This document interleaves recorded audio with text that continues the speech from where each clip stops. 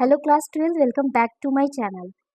आज मैं आप लोगों को बीएसटी के सेकंड चैप्टर के आगे के टॉपिक को पढ़ाऊंगी, जिसमें से आज का टॉपिक रहेगा Henry Fayol's principles of management. इसके पहले के वीडियोस में मैंने आपको एफडब्ल्यू टेलर के प्रिंसिपल्स और टेक्निक को पढ़ा दिया। अगर आपने अभी तक उस वीडियो को नहीं देखा है तो उसे देख लें। चलिए without wasting any time video को स्टार्ट करते हैं। फर्स्ट पॉइंट है Henry Fayol's principles of management, जिसमें से पहले हम लोग उनके बैकग्राउंड को पढ़ेंगे। ठीक है, तो यहाँ पे थोड़ा सा कंपेयर किया गया टेलर का और फिर हेनरी के बारे में बताया गया। तो Taylor's principles and techniques revolutionised the workings of a factory shop floor and dividing works into the best method for a fair days work. इन्होंने क्या किया था, टेलर ने प्रिंसिपल्स और टेक्निक्स को ला के फैक्ट्री के काम को एकदम रिवलाइज कर दिया था, एकदम बहुत अच्छा चेंज लाया था। शॉप फ्लोर में काम को बहुत अच्छे से डिवाइड किया था, बेस्ट मेथड यूज किया था और सबके लिए टाइम स्टडी करके एक फेयर स्टैंडर्ड टाइम बना दिया गया था। साथ ही साथ इन्होंने डिफरेंशियल वेज सिस्टम को भी अप्रोच किया था कि जो इफिशियंट होगा उसको अच्छा वेज दो, जो इनइफिशियंट उसको कम वेज दो। और फंक्शनल फोरमैनशिप, जिसमें फैक्ट्री को दो पार्ट में बांटा गया था, प्लानिंग इंचार्ज और प्रोडक्शन इंचार्ज। तो हेनरी फ्योल का मानना था, इन्होंने तो अपना फोकस किया था वर्कर्स और रिसोर्स के ऊपर, और इन्होंने फोकस किया है कि वर्कर्स की इफिशियंसी, अगर वर्कर्स इफिशियंट होगा तो डेफिनेटली काम बहुत अच्छे से हो सकता है। तो इनको हम लोग देख लेते हैं। Henry Fayol believes in workers efficiency mattered in the factory system, so does the managerial efficiency. तो इन्होंने बोला कि इनके नज़रिए से क्या मैटर करता है, वर्कर्स का इफिशियंसी। वर्कर्स जितना एफिशिएंट होगा उतने ही अच्छे तरीके से मैनेजरियल इफिशियंसी वर्क यहाँ पे होगा। Fayol explain with principles must be followed by managers and what amount of work he must perform. तो फ्योल्स ने बताया कि प्रिंसिपल्स जितने भी है ना, वो मैनेजर्स के थ्रू फॉलो करवाना चाहिए। मैनेजर्स यहाँ पे चीज़ों को परफॉर्म करेगा और वो एक स्टैंडर्ड, जैसे कि कितना काम किससे करवाना है, ये मैनेजर डिसाइड करेगा। His principles continue to have improvement in managerial efficiency। और इनके जो प्रिंसिपल्स थे फ्योल्स के, वो कहीं ना कहीं मैनेजर्स की इफिशियंसी को डे बाय डे इंक्रीज कर रहा था। He got degree in mining engineering in 1860 and started working as engineer in coal mining company। अब टेलर जो थे, उन्होंने स्टील इंडस्ट्री में काम किया था एज अ इंजीनियर, और ये भी इंजीनियर थे, लेकिन ये कोल माइनिंग फैक्ट्री में इंजीनियर थे। In 1888 he was promoted as the managing director of the company. तो 1888 में इनको उसी कंपनी का एक्टिंग मैनेजर इनको बना दिया गया। At that time company was in the situation of insolvency. Insolvency का मतलब होता है ऐसा कंपनी या फर्म जो अपने डेप्थ को पे ना कर पाए, अनेबल टू पे हिज डेप्थ, जो अपनी लाइबिलिटी को पे ना कर पाए, डेप्थ को पे ना कर पाए, उसी को हम लोग इंसॉल्वेंसी कहेंगे। तो जिस टाइम इनको मैनेजिंग डायरेक्टर बनाया गया तो उस टाइम कंपनी बहुत ही खराब थी, सिचुएशन बहुत खराब था, यहाँ तक कि वो इंसॉल्वेंट होने के कगार में थी। He accepted the challenges and applied his managerial techniques to bring out the company from this situation and he succeeded। तो उन्होंने सारे challenges को accept किया और अपने प्रिंसिपल्स टेक्निक्स को यूज करके कंपनी को बहुत अच्छे पड़ाव पे लाया, टॉप लीडिंग कंपनी में उन्होंने शामिल किया और उन्होंने करके दिखाया। When he retired after 30 years, 30 साल के बाद जब वो रिटायर हुए तो कंपनी कैसा बन गया था, एकदम टॉप लीडिंग, एकदम लीडिंग कोल्ड स्टील कंपनी बन गया था, जो कि उसका फाइनेंशियल बैकग्राउंड बहुत स्ट्रांग हो गया था। तो अब हम लोग उन्हीं प्रिंसिपल्स को पढ़ेंगे जिसको हेनरी फ्योल ने अपने इस कंपनी में यूज करके उस कंपनी को लीडिंग कंपनी बनाया था। इनका कुछ कंट्रीब्यूशन पढ़ लेते हैं। तो इनको father of management study and thoughts कहा जाता है, ठीक है। और जो टेलर थे वो फादर ऑफ साइंटिफिक मैनेजमेंट के कहलाए जाते हैं, और ये normal management study and thoughts के फादर कहलाए जाते हैं। और इन्होंने सबसे पहले मैनेजमेंट के 5 फंक्शंस को बताया था। 5 फंक्शंस क्या क्या है, planning, organising, staffing, directing, controlling. तो 5 फंक्शंस जो है मैनेजमेंट का, उसको हेनरी फ्योल ने ही यहाँ पे दिया हुआ। तो पहला कॉन्ट्रीब्यूशन इनका देखते हैं। He made clear distinctions between technical and managerial skills. तो इन्होंने बताया था कि जो स्किल्स होते हैं ना, वो टेक्निकली और मैनेजरल दोनों डिफरेंट होते हैं, दोनों सेम नहीं होते हैं। सेकेंड, अभी मैंने बताया कि इन्होंने मैनेजर्स के 5 फंक्शंस को दिया है, planning, organising, staffing, directing and controlling. Third, इन्होंने 14th प्रिंसिपल्स को डेवलप किया, ठीक है, जिसको हम लोग इस चैप्टर में पूरा डिटेल में पढ़ेंगे। तो इनके 14 प्रिंसिपल्स की वजह से इनका जो कंपनी था वो लीडिंग कंपनी बन पाया है। तो स्टार्ट करते हैं हम लोग इनके प्रिंसिपल्स के साथ। फर्स्ट प्रिंसिपल है डिवीजन ऑफ वर्क। इनका ये मानना था कि किसी एक बड़े काम को उसको छोटे छोटे पार्ट में या टास्क में उसको डिवाइड करना और छोटे टास्क को किसी एक इंसान से करवाना चाहिए, उसके क्वालिफिकेशन, उसके कैपेसिटी और इसके एक्सपीरियंस के अकॉर्डिंग, ताकि वो बार बार उस काम को करते करते एक्सपर्ट बन जाए और उसकी इफिशियंसी बढ़ जाए। ठीक है। According to this principles the whole work must be divided into small tasks और units, and instead of assigning the whole work to the one person, one task or unit of work should be assigned to one person according to the capacity, qualification and experience of the person। तो ये बात मैंने अभी आपको बताया कि कोई बड़े काम को छोटे छोटे टुकड़ों में उसको बांट दिया जाए और उस बड़े काम को किसी एक को ना देके उस छोटे छोटे टुकड़े को किसी एक इंसान को देना चाहिए। कैसे देंगे? उसकी कैपेसिटी, उसकी क्वालिफिकेशन और उसके एक्सपीरियंस के अकॉर्डिंग हम उसको काम को असाइन करेंगे। जब वो इंसान बार बार किसी काम को करेगा, अगेन एंड अगेन उसको परफॉर्म करेगा, तो वो क्या बन जाएगा? He will become perfect. वो परफेक्ट बन जाएगा, स्पेशलाइज्ड बन जाएगा, वो उसका एक्सपर्ट हो जाएगा उस काम को करते करते, जिसकी वजह से उसकी इफिशियंसी लेवल जो है वो इम्प्रूव होगी, इनहेंस होगी। इसी वजह से ना कोई भी कैंपेन कैंपेन मतलब कंपनी हम यहाँ कह सकते हैं कि वो हमेशा सेपरेट डिपार्टमेंट बना के चलती है। Purchase department, sales department, finance department, marketing department. जो परचेस डिपार्टमेंट होगा वहाँ से परचेस से रिलेटेड काम होगा, जो सेल्स है वो सेल्स से रिलेटेड काम होगा, जो फाइनेंस है वो फाइनेंस से रिलेटेड, और जो मार्केटिंग है वो मार्केटिंग के रिलेटेड काम होगा। तो यहाँ पे इन्होंने इस चीज़ को डिफाइन किया है। अब हम देखते हैं कि अगर हम इस प्रिंसिपल्स को अडॉप्ट करते हैं अपने फर्म में तो क्या पॉजिटिव इसके फायदे हो सकते हैं। तो positive aspects of principles of division of work के पॉजिटिव इफेक्ट्स क्या हो सकते हैं? सबसे पहला तो जो काम को करेगा वो उस काम का स्पेशलाइजेशन हो जाएगा, एक्सपर्ट हो जाएगा। और सेकंड, अगर उस काम को बार बार करते हैं तो उससे हमारी इफिशियंसी इंप्रूव होती है। तो ये दोनों बात इस दोनों हेडिंग में लिखा हुआ है। अगर हम इसको अवॉइड करते या इस प्रिंसिपल्स को नहीं मानते, जिसको हम लोग वॉयलेशन कहते हैं, उल्लंघन जिसको कहा जाता है, तो क्या होगा? तो यहाँ पे इफिशियंसी में कमी आ जाएगी और यहाँ पे कोई भी किसी काम का स्पेशलाइज्ड नहीं होगा और कहीं ना कहीं काम का डुप्लीकेशन होने का बहुत चांसेस बढ़ जाता है कि एक ही काम को दो व्यक्ति अलग अलग कर सकता है। तो ये होता है इसका फायदा। सेकेंड प्रिंसिपल्स आपको याद करते हुए चलना पड़ेगा। पहला प्रिंसिपल्स डिवीजन ऑफ वर्क हो गया।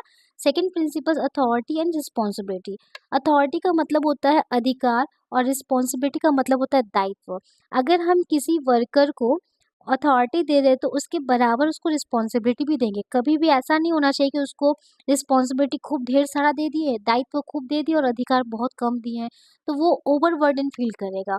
और ऐसा भी नहीं होना चाहिए कि उसको बहुत ज़्यादा अथॉरिटी दे दी है, रिस्पॉन्सिबिलिटी कम, तो वो अपने आप को बॉस समझना शुरू कर देगा। ठीक है, तो इसको हम लोग पढ़ते हैं। Authority means power to take decision. ठीक है, ये अधिकार है जिसके थ्रू कोई भी इंसान डिसीजन ले सकता है अपने ही दायरे में। Responsibility means obligations to complete the job assign on time. और रिस्पॉन्सिबिलिटी का मतलब होता है दायित्व, और दायित्व का मतलब क्या है कि आपने अगर किसी भी चीज़ का जिम्मेदारी लिया है इस काम को करने का, तो उसको आपको समय पे करके दिखाना है। This is called responsibility. According to this principle there must be balance और priority between authority and responsibility. अभी मैंने आपको बताया कि जितना अथॉरिटी देंगे उतना ही रिस्पॉन्सिबिलिटी देंगे। ये बैलेंस होना चाहिए, ना कि इम्बैलेंस होना चाहिए।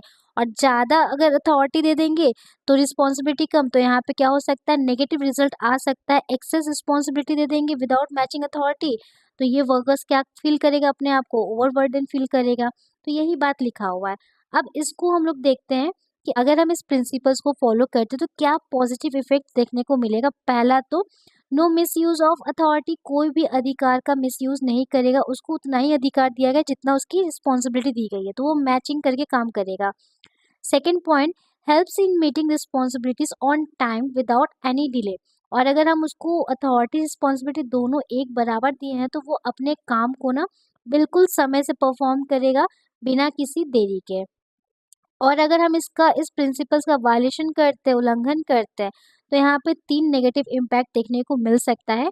काम में डिले हो सकता है या इनकम्प्लीट ऑफ वर्क हो सकता है टू लेस अथॉरिटी।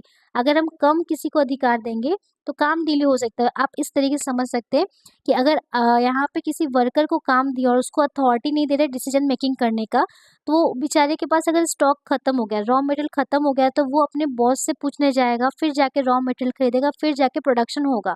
तो कहीं न कहीं काम का यहाँ पे डिले हो जाएगा। अगर यहीं पे उसको हम राइट दे देते हैं कि भाई अगर यहाँ पे रॉ मटेरियल खत्म हो जाता है, तुरंत इमीडिएटली परचेज़ कर लेना और प्रोडक्शन रुकना नहीं चाहिए, तब तो वो अपना काम करता, कोई डिले नहीं होता। बट यहाँ पे उसको अथॉरिटी ना देने की वजह से काम यहाँ पे डिले हो सकता है। तो आई थिंक ये बात आपको समझ में आया होगा।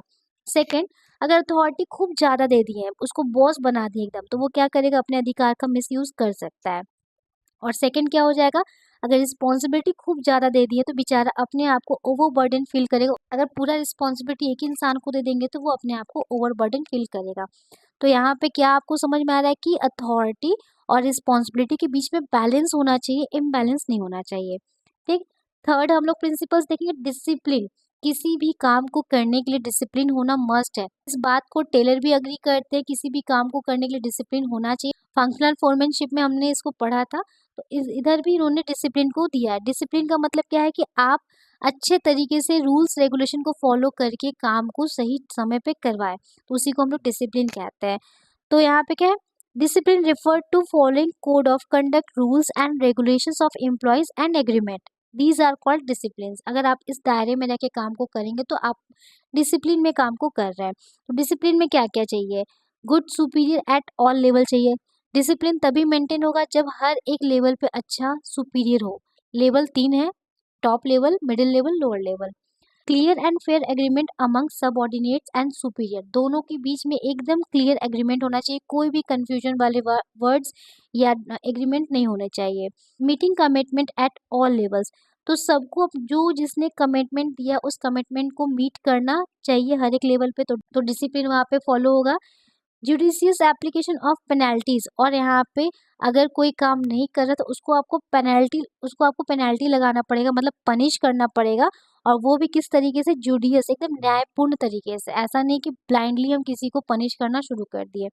तो डिसिप्लिन में ये सब यहाँ पे इंक्लूड होते हैं। तो अगर आप डिसिप्लिन फॉलो करते हैं तो आपके पास क्या पॉजिटिव इफेक्ट देखने को मिलते हैं, उसको देख लेते हैं। पहला, काम बहुत सिस्टमैटिक तरीके से होगा। डिसिप्लिन अगर हम फॉलो करें तो काम यहाँ पे सिस्टम से होगा।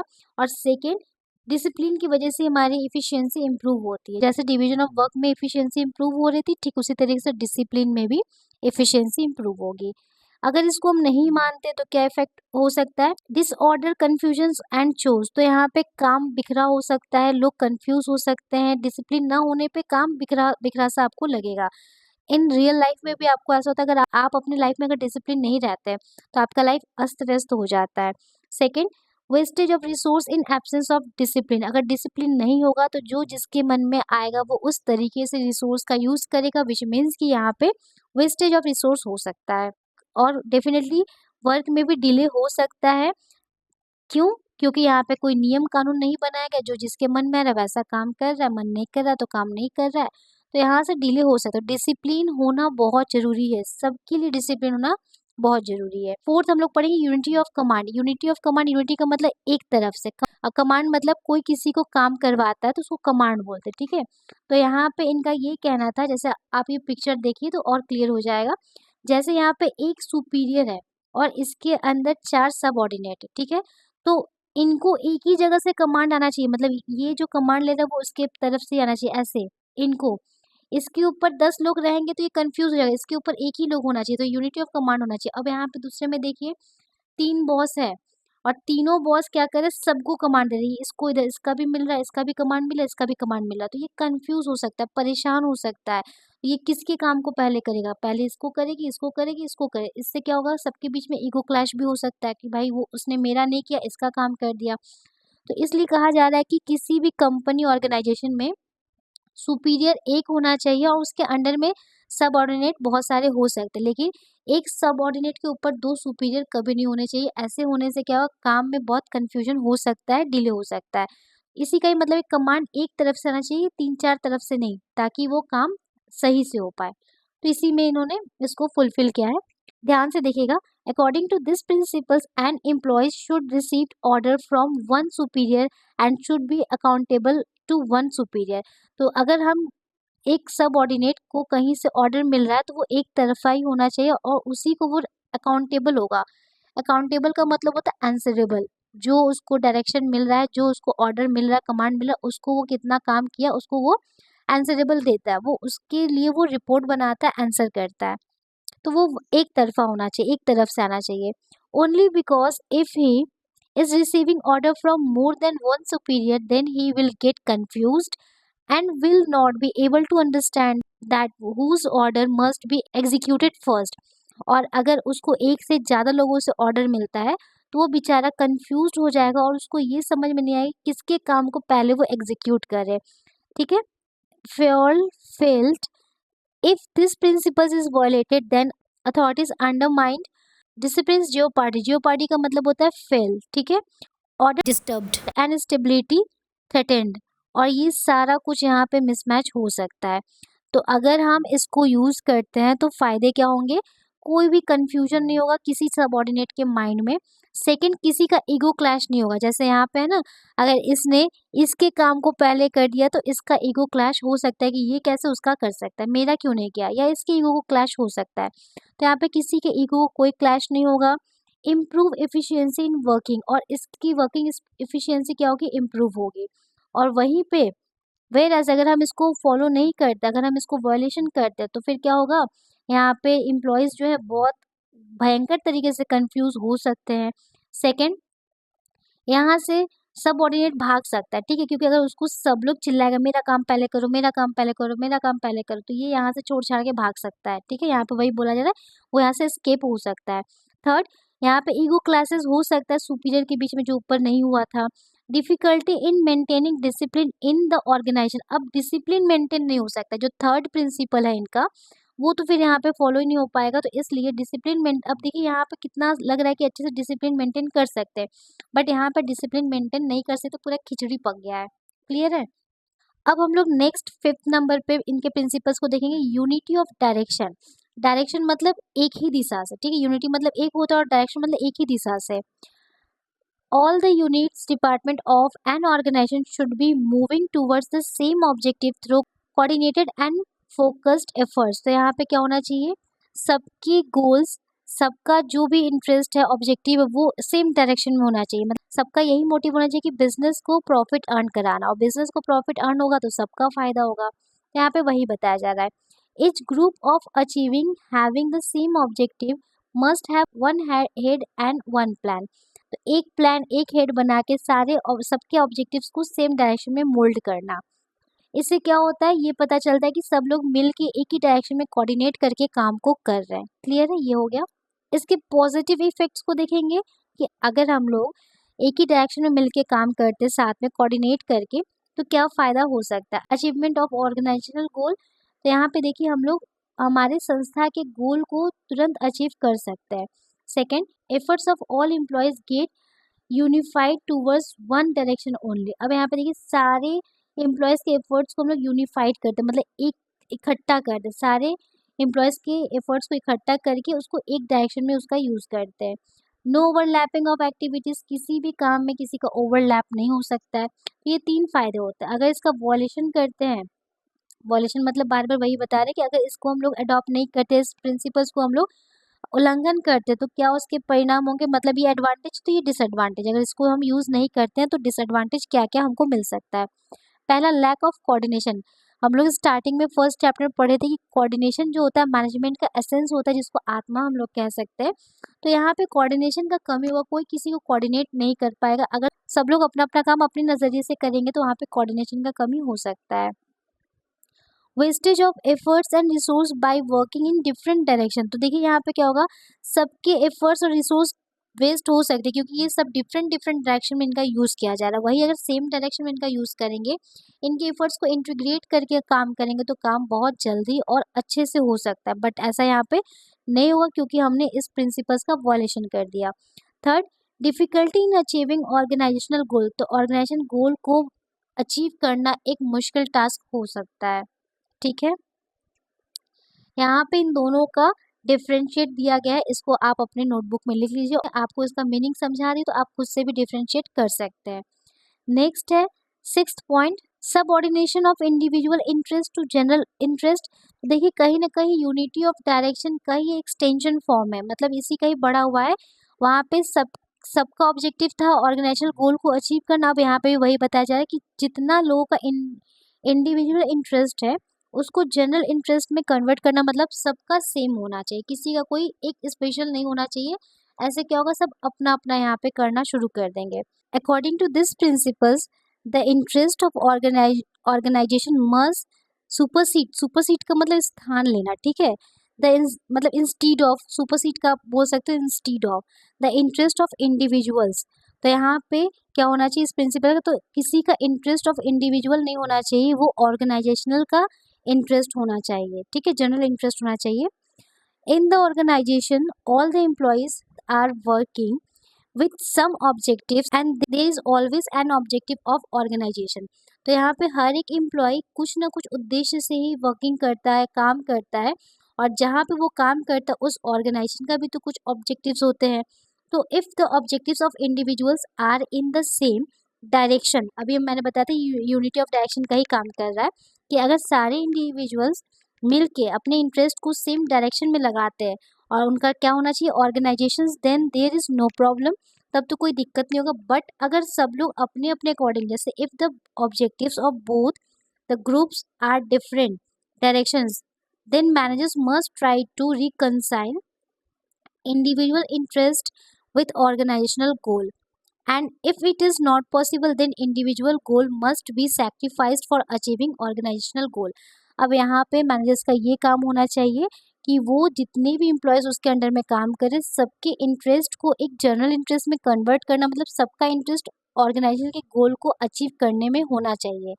अगर यहाँ पे नहीं हो पा रहा है तो यहाँ पे पर्सनल ऑब्जेक्टिव्स को सैक्रिफाइस करके ऑर्गेनाइजर ऑब्जेक्टिव को ही यहाँ पे अचीव करने को प्रायोरिटी दिया जाना चाहिए। तो ये था इनका सिक्स प्रिंसिपल्स। इसके पॉजिटिव इम्पैक्ट को हम लोग देख लेते हैं। पहला, अगर हम लोग इस प्रिंसिपल्स को फॉलो करते तो यहाँ मैनेजर आराम से फर्म के गोल को अचीव कर सकता है। सेकेंड, सबके साथ कोऑर्डिनेशन हो जाता है। अगर हम सबके इंटरेस्ट को एक साथ कन्वर्ट करने की कोशिश करें तो सबके बीच में एक कोऑर्डिनेशन होता है between individuals and organisational goal. तो दोनों के गोल को यहाँ पे कोऑर्डिनेट करके काम को कराया जा सकता है। अगर इस प्रिंसिपल्स को हम यूज़ नहीं करते तो दो प्रॉब्लम हो सकता है, जो भी ऑर्गेनाइजेशन का गोल होगा उसको अचीव नहीं कर सकते हैं, और सेकेंड, हमेशा एम्प्लॉय क्या होंगे, सफ़र होंगे, उनका ऑब्जेक्टिव फुलफिल नहीं होगा, वो डिससेटिस्फाई होंगे, तो कहीं ना कहीं वो सफ़र करेंगे, वो प्रॉब्लम में रहेंगे, ठीक है। सेवेंथ पॉइंट होगा रेमुनरेशन ऑफ पर्सन। रेमुनरेशन का मतलब होता है सैलरी या वेजेस। तो वहाँ पे भी differential piece rate of system था वेजेस का, टेलर ने दिया था, यहाँ पे फ्योल ने भी दिया था कि रेमुनरेशन होना चाहिए कैसा, according to skill of employees, according to capacity of employees, according to qualification of employees. तो ये सारी चीज़ हम लोग देखते हैं और उस हिसाब से हम लोग उसके रेमुनरेशन को फिक्स करते हैं। तो यहाँ इनका मेजर तीन ही था। सबसे पहले तो कंपनी कितना पे कर सकता है, सेकेंड सामने वाला बंदा कैसा है, उसका क्वालिफिकेशन कितना है, और थर्ड कंपटीशन में क्या चल रहा है, सैलरी कॉम्पिटिटर के अकॉर्डिंग इनको हम लोग वेजेस पे करेंगे, ठीक है। तो इसको हम लोग डिटेल में समझ लेते हैं। According to this principle employees in a organisation must be paid fairly and adequately to give them maximum satisfaction. हर एक संस्था में जितने भी एम्प्लॉय हैं उनको फेयर वेजेस मिलना चाहिए, फेयर सैलरी मिलना चाहिए, या पर्याप्त हम बोल सकते हैं, जिसके थ्रू वो मैक्सिमम सेटिस्फेक्शन को अचीव कर सके। The employee should be paid fair wages and salaries which would give the least a reasonable standard of living. अगर हम अच्छे से कमाएंगे तो हम अपने लिविंग स्टैंडर्ड को हाई कर सकते हैं। तो यहाँ पे वही बताया जाए कि उनको एक ऐसा फेयर वेजेस देना चाहिए ताकि वो अपने लिविंग स्टैंडर्ड को अच्छे तरीके से कम मेंटेन करके चले। At the same time it should be with in the paying capacity of company. उसी टाइम पे हमको ये भी देखना है कंपनी कितना पे कर सकती है, मतलब कंपनी की कितनी कैपेसिटी है पेमेंट करने की। Remuneration should be just and equitable. ये क्या होना चाहिए, इक्विटेबल होना चाहिए। This will ensure congenial relation. Congenial relation का मतलब होता है फेवरेबल, मतलब एक अच्छा रिलेशन होना between workers and managers. The fair wage is determined according to. Fair wage को डिटरमाइन करने के लिए तीन पॉइंट हमको देखना है, याद रखिएगा आप लोग भी। सबसे पहले तो कंपनी का कितना कैपेसिटी, वो कितना पे कर सकता है, second, minimum wage act of government, इसको ध्यान देना है क्योंकि गवर्नमेंट के थ्रू, क्योंकि पहले के टाइम में वर्कर्स के साथ एक्सप्लॉयटेशन बहुत होता था, ब्रिटिशर्स भी किए हैं और भी लोग करते ही आ रहे थे। तो गवर्नमेंट ने उनके लिए एक मिनिमम वेज एक्ट बना दिया जिसके जिसके अंदर कि इतने रुपए से कम उनको नहीं मिलना चाहिए, इसके ऊपर उनको मिल सकता है वो अच्छी बात है, लेकिन इससे कम उनको नहीं मिलना चाहिए। तो ये एक एक्ट बनाया गया है जिसको ध्यान में रख के ही उनको वेजेस देना चाहिए। और थर्ड क्या, कॉम्पिटिटर, कि मार्केट में उसी काम के लिए कितना दिया जा रहा है और हम कितना दे रहे हैं। तो यहाँ पे एक हम लोग एनालाइज करके सैलरी या वेजेस को देंगे। क्लियर है? इसके पॉजिटिव इम्पैक्ट को देख लेते हैं। पहला, एम्प्लॉयज़ गेट मोटिवेटेड, अगर हम उनको अच्छे से कायदे से फेयर सैलरी देंगे तो वो ऑटोमेटिकली मोटिवेट होते रहेंगे और काम को अच्छे से करेंगे। और सेकंड क्या है, devotions and commitment of employees improves. तो देखिए, अगर आप उसको सैलरी अच्छे से देंगे, वेजेस अच्छे से देंगे, तो वो अपने काम के प्रति कमिटेड रहेगा और डिवोटेड रहेगा, मन लगा के काम करेगा और समय पे काम करके आपको देगा। तो ये इसके फायदे होते हैं। और अगर इसको हम लोग नहीं मानते तो क्या होगा, सबसे पहला कि एम्प्लॉयज़ टर्नओवर इंक्रीज होगा। टर्नओवर का मतलब होता है एम्प्लॉयज़ का छोड़ के चले जाना। ठीक है, हमारी संस्था से एम्प्लॉयज़ जितना छोड़ के जाएंगे उसके टर्नओवर उतने ही इंक्रीज होंगे, जो कि बहुत ही घातक होता है, कंपनी के लिए बहुत नुकसानदायक होता है। तो ये हो जाएगा। और दूसरा क्या होगा, dissatisfaction and demotivation of employees, उनके बीच में हमेशा असंतोषजनक वातावरण बना रहेगा और वो हमेशा डिमोटिवेट ही रहेंगे। तो आज के लिए इतना ही। आज मैंने आप लोगों को टोटल 7 प्रिंसिपल्स पढ़ाया। इसके नेक्स्ट वीडियो में आगे के 7 प्रिंसिपल्स को पढ़ाऊंगी। आई होप आज का वीडियो आपको समझ में आया है। इस वीडियो को ज़्यादा से ज़्यादा लाइक, कमेंट, शेयर करिए। तो मिलते हैं नेक्स्ट वीडियो में। Till then take care, bye bye.